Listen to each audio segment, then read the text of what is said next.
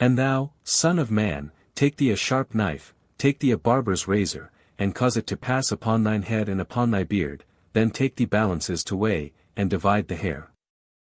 Thou shalt burn with fire a third part in the midst of the city, when the days of the siege are fulfilled, and thou shalt take a third part, and smite about it with a knife, and a third part thou shalt scatter in the wind, and I will draw out a sword after them. Thou shalt also take thereof a few in number, and bind them in thy skirts. Then take of them again, and cast them into the midst of the fire, and burn them in the fire, for thereof shall a fire come forth into all the house of Israel.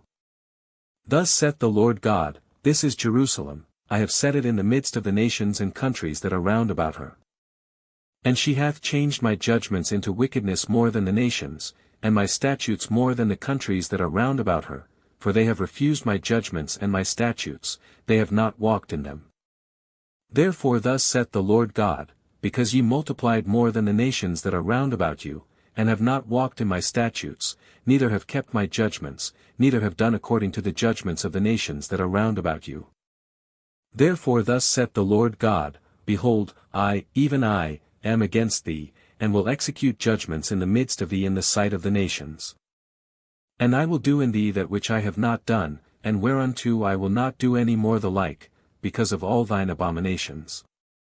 Therefore the fathers shall eat the sons in the midst of thee, and the sons shall eat their fathers, and I will execute judgments in thee, and the whole remnant of thee will I scatter into all the winds. Wherefore, as I live, saith the Lord God, surely, because thou hast defiled my sanctuary with all thy detestable things, and with all thine abominations, therefore will I also diminish thee, neither shall mine eye spare, neither will I have any pity. A third part of thee shall die with the pestilence, and with famine shall they be consumed in the midst of thee, and a third part shall fall by the sword round about thee, and I will scatter a third part into all the winds, and I will draw out a sword after them.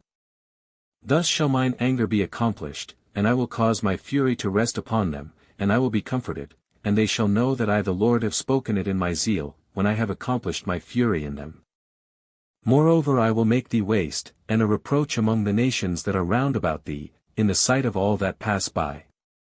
So it shall be a reproach and a taunt, an instruction and an astonishment unto the nations that are round about thee, when I shall execute judgments in thee in anger and in fury and in furious rebukes.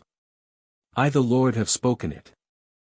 When I shall send upon them the evil arrows of famine, which shall be for their destruction, and which I will send to destroy you, and I will increase the famine upon you, and will break your staff of bread. So will I send upon you famine and evil beasts, and they shall bereave thee, and pestilence and blood shall pass through thee, and I will bring the sword upon thee. I the Lord have spoken it.